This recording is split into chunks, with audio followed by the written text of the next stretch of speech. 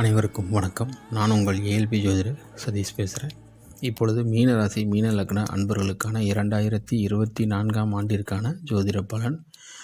இந்த மீனராசி மீன லக்னத்தில் பூரட்டாதி 4ஆம் பாதம் நட்சத்திர அன்பர்களும், உத்திரட்டாதி 1, 2, 3 பாதங்கள் நட்சத்திரங்களாக கொண்ட அன்பர்களுக்கும், ரேவதி 1, 2, 3, 4 பாதங்களை கொண்ட நட்சத்திர அன்பர்களுக்கான பலன்களை பார்ப்போம். முதலில் பூரட்டாதி 4ன்னு எடுத்துக்கும்போது, இந்த வருடம் முதல் 3 மாதம் அப்படின்னு எடுத்துக்கும் பொழுது இந்த பூரட்டாதி 4ஆம் பாத அன்பர்களுக்கு அவங்களுடைய முழு நேரமும் வருமானம் பற்றிய சிந்தனைகளும் எண்ணங்களும் தான் செயல்களும் தான் அதிகமாக இருக்கும். இன்னொன்று மன அழுத்தம்ங்கிறது ஏற்கனவே இப்போ இருந்திருக்கும். அது இன்னும் மார்ச் மாதம் வரைக்கும் அந்த மன அழுத்தம் இந்த நட்சத்திரக்காரர்களுக்கு தொடரும். தந்தையோடு சண்டையிடுவதற்கு கொண்டு இருந்தீர்கள்னா அதை உடனே நிப்பாட்டிடுங்க. அப்பாவோட சண்டை போடாதீங்க. சண்டை போட்டிங்கன்னா வாழ்க்கையில் என்றைக்குமே உங்களுக்கு பாக்கிய நிலையும் கிட்டாது, அதிர்ஷ்டமும் கிட்டாது. நல்லா தெரிஞ்சுக்கோங்க. தந்தையிடம் சண்டையிட்டால் அதிர்ஷ்டம் கிடைக்காது. அதை மனதில் வைத்துக்கொள்ளுங்கள். ஸோ அந்த ஒரு நிலை உருவாகும். அப்பாவே உங்களை திட்டினாலும் பரவாயில்ல, அவர் உங்களை எதிரியாகவே நினச்சி சண்டை போட்டால் கூட நீங்கள் அமைதியாக இருந்துக்கோங்க. பரவாயில்ல, அப்பா தானே, வேறு யார்? அது சூழ்நிலையால் அந்த மாதிரி ஏற்படும். ஸோ அவர் திட்டினாலும் அமைதியாக சென்று விடுங்கள். இது ஒரு மார்ச் மாதம் வரைக்கும் உங்களுக்கு அந்த நிலை இருக்குது. இப்போ மார்ச் மாதத்துக்கு அப்புறம், அதுக்கப்புறம் ஏப்ரலுக்கு அடுத்து, ஏப்ரல் மாதத்துக்கு பிறகுன்னு பார்க்கும் பொழுது இந்த புரட்டாதி நட்சத்திரக்காரர்களுக்கு நிறைய புது முயற்சிகளை எடுப்பதற்கான அமைப்பு இருக்குது. நிறைய புதுசு அவங்க 24 மணி நேரமும் ஏதோ ஒரு புது முயற்சிகளுக்காக நிறைய யோசிச்சுக்கிட்டு இருப்பாங்க இந்த புரட்டாதியில். அதே நேரத்தில் தம்பி தங்கைகள் மீது அதிக அன்பு கொண்டு அவர்களுக்காக நிறைய விஷயங்கள் எடுப்பாங்க. அதே போல் மூத்த சகோதரர்கள் மீதும் நிறைய அன்பு கொண்டு இருப்பாங்க. ஏப்ரல் மாதம் பிறகு நிறைய அன்புங்கிறது அவங்களுக்கு இருக்கும். அவங்க மூத்த சகோதரர்கள் மீது நல்ல அக்கா அண்ணன் மீது நல்ல அன்பு கொண்டு இருப்பார்கள். இளைய சகோதரர்களுக்காக நிறைய விஷயங்களை இவங்க செய்வாங்க இந்த அன்பர்கள். ஸோ தங்களுடைய சகோதரர்களிடம் நல்ல ஒரு நட்புறவுங்கிறது இந்த வருடம் ஏப்ரல் மாதத்துக்கு பிறகு இவர்களுக்கு புரட்டாதிகளுக்கு ஏற்படும். குறிப்பாக புதிய முயற்சிகளை இவர்கள் அதிகமாக செயல்படுத்தக்கூடிய ஆண்டாக இருக்கும். அதுவும் மனதிற்கு மகிழ்ச்சியை தரக்கூடிய விஷயங்கள் மீது அதிக நாட்டத்தை செலுத்துவார்கள். அதே போல் அவங்க ரொம்ப நாளாக எதிர்பார்த்து கொண்டிருந்த மனம் விரும்பின ஒரு விஷயம் அவங்களுக்கு இந்த ஆண்டு ஏப்ரல் மாதத்திற்கு பிறகு அவர்களுக்கு நடக்க இருக்கிறது. அது நீங்கள் எதிர்பார்த்த பதவி உயர்வாகவோ அல்லது சம்பள உயர்வாகவோ, இல்லை நீங்கள் ஏதாவது வேறு ஒரு நல்ல எதிர்பார்த்த சம்பளத்தில் ஒரு வேலை இருந்தால் அதுவாக கூட இருக்கலாம். ஸோ ஏற்கனவே நீங்கள் செய்கிற வேலை உங்கள் மனசுக்கு பிடிச்சி தான் வேலை பார்த்துக்கிட்டு இருக்கீங்க போட்ட. இப்போ அந்த வேலையில் உங்களுக்கு ஒரு உயர்வு வரப்போகிறது ஏப்ரல் மாதத்திற்கு பிறகு. அது உங்களை இன்னும் மேலும் நல்ல மகிழ்ச்சி கடலில் ஆழ்த்த இருக்கிறது. ஸோ அதற்காக காத்திருங்கள். ஏப்ரல் மாதத்திற்கு பிறகு அதற்கான சூழ்நிலை உருவாகுது. அதே போல் இப்போ யோசிச்சு பாருங்கள், தந்தை எப்படி உங்களுக்கு சண்டை போட்டுக்கிட்டு இருந்தீங்களோ, இதுவே ஏப்ரல் மாதத்துக்கு பிறகு அவரோட நல்ல ஒரு உறவு நிலை உங்களுக்கு ஏற்பட்டுரும். ஸோ நீங்கள் என்ன செய்யணும், ஒரு 3 மாதத்துக்கு அமைதி இருந்தீங்கன்னா ஏப்ரலுக்கு அப்புறம் அது நார்மல் ஆகிடும்.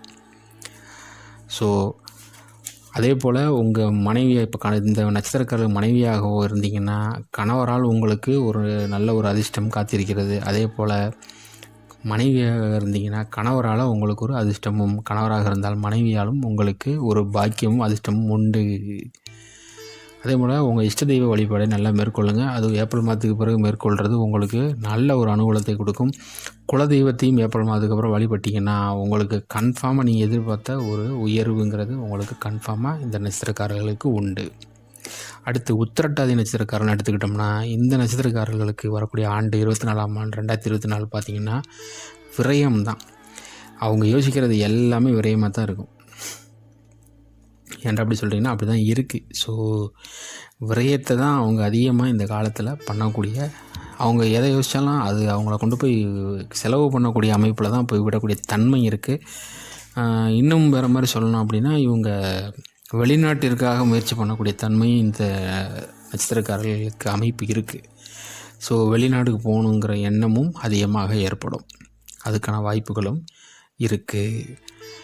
ஸோ இன்னொன்று என்னென்னா, இவங்களுக்கு ஏற்கனவே மனம் சார்ந்த விஷயத்தில் ஆல்ரெடி கொஞ்சம் இதாக இருந்தாலும் வரக்கூடிய இந்த ஆண்டு அவங்களுக்கு மனநிலையில் என்னையை பொறுத்த வரைக்கும் ரொம்ப கவனமாக இருக்கணும். மனம் சார்ந்த விஷயத்தில் ரொம்ப ரொம்ப கவனமாக இருங்க ப்ளீஸ். டென்ஷன் ஆகாதீங்க. தேவையில்லாத விஷயத்தை யோசிக்காதீங்க. மண்டைக்குள்ளே நிறைய விஷயங்களை போட்டு உழைப்பிக்காதீங்க. ஸோ கவனமாக இருங்கள். மனநிலை சமலாக வச்சுக்கோங்க. மனம் சார்ந்த உடற்பயிற்சிகளை மேற்கொள்ளுங்க. அதே போல் குழந்தைகள் மீது நல்லா அக்கறை செலுத்துங்க. குழந்தைகளுடைய உடல்நிலை மீது அக்கறை செலுத்துங்க. உங்களுடைய குழந்தைகளுடைய உடல்நிலையும் நல்லபடியாக இந்த நட்சத்திரக்காரர்கள் கவனத்தில் எடுத்துக்கொள்ளும். உங்கள் மனநிலையும் நல்லா வச்சுக்கோங்க. உங்கள் குழந்தைகளுடைய நிலையையும் உடல்நிலையும் கவனமாக வைத்துக்கொள்ளுங்கள். சரிங்களா? ரொம்ப கவனமாக வச்சுக்கோங்க.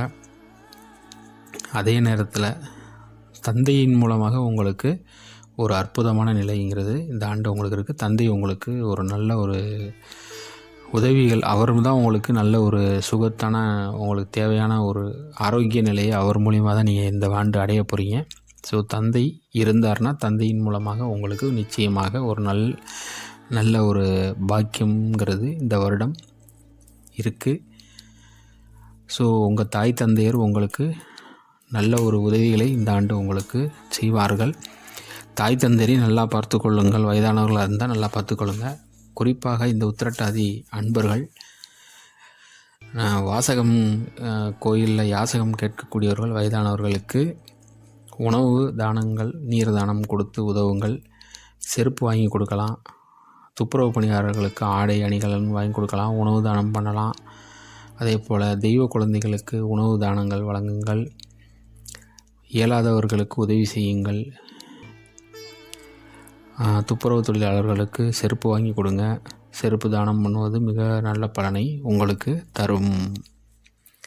ஸோ இதெல்லாம் கொஞ்சம் நல்லா பண்ணுங்கள். இதெல்லாம் உங்களுக்கு நல்ல நற்பலன்களை இந்த ஆண்டு ஏற்படுத்தி கொடுக்கும். அடுத்து ரேவதி நட்சத்திரக்காரர்கள்னு பார்க்கும் பொழுது இந்த ஆண்டில் முதல் 3 மாதம் எடுக்கும் பொழுது இவங்களுடைய ஆரோக்கிய நிலை ரொம்ப நல்லாயிருக்கும்.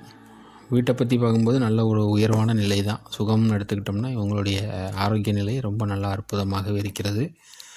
அதே போல் இவர்களுடைய மூத்த சகோதர சகோதரிகளுடைய உறவு நிலையும் நல்ல ஒரு அற்புதமான நிலையில் தான் இருக்குது. அதே போல் இவங்களுக்கு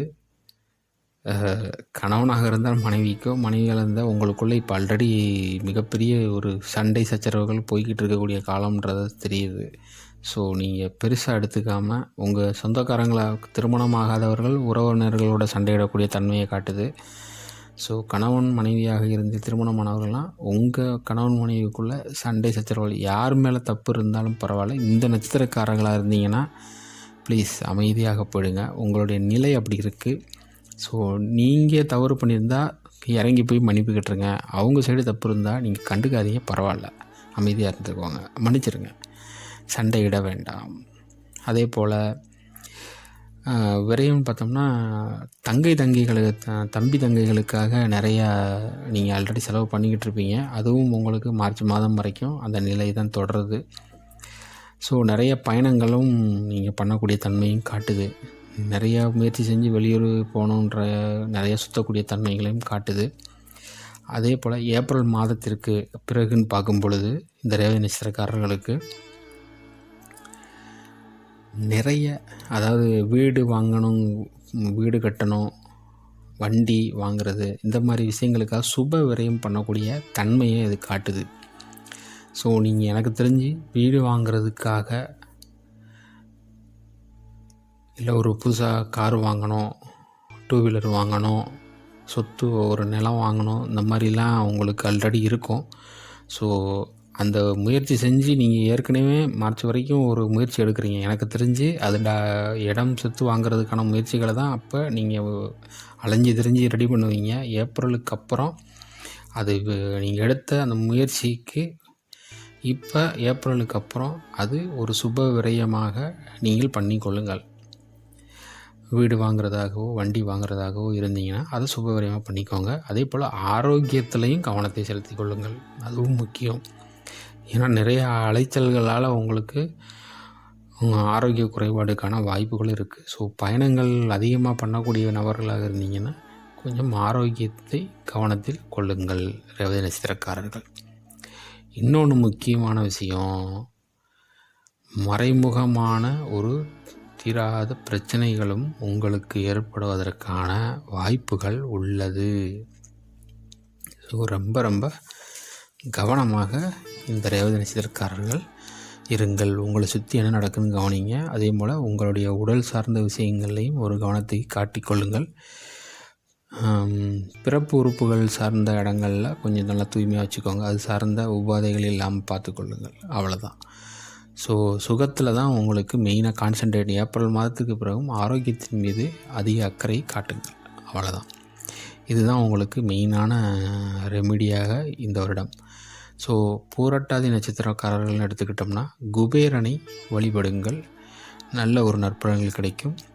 வியாழக்கிழமை குரு பகவானை குரு ஓரையில் நவகிரக குரு பகவானை வழிபடுவது நற்பலனை தரும் பூரட்டாதி அன்பர்களுக்கு. அடுத்து உத்திரட்டாதி நட்சத்திர அன்பர்கள் எடுத்துட்டா காமதேனுவை வழிபடுவதும் மகா ஈஸ்வரரை வழிபடுவதும் நல்ல ஒரு நற்பலனை தரும். சனிக்கிழமையில் சென்று வழிபடுவது நல்ல நற்பலன்களை தரும். காலபைரவரை உத்திரட்டாதி நட்சத்திரக்காரர்கள் வழிபடுங்கள். சனிக்கிழமை சென்று வழிபடுவது காலபைரவரை வழிபடுங்கள். உங்களுக்கு நற்பலன்கள் கிட்டும். ரேவதி நட்சத்திரக்காரர்களை பொறுத்தவரை பார்க்கும் பொழுது ரெங்கநாதரை வழிபடுங்கள். ரெங்கநாதர் அரங்கநாதன் சொல்லுவாங்க.